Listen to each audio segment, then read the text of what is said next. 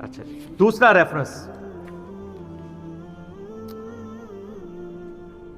جنگ جمل کے کانٹیکسٹ میں وہ لکھتے ہیں اس کے بعد حضرت علی نے حضرت عائشہ کو مدینہ منورہ بھیج دیا، وہ جانے لگی تو لوگ ان کو ودا کرنے کے لیے دور تک ان کے ساتھ گئے. یہ ودا لفظ نہیں ہوتا، ودا ہوتا ہے زبر کے ساتھ. حضرت علی رضی اللہ تعالیٰ عنہ نے سفر خرچ کا انتظام بھی کیا. اس طرح وہ باحفاظت اور صحیح سلامت گھر پہنچی.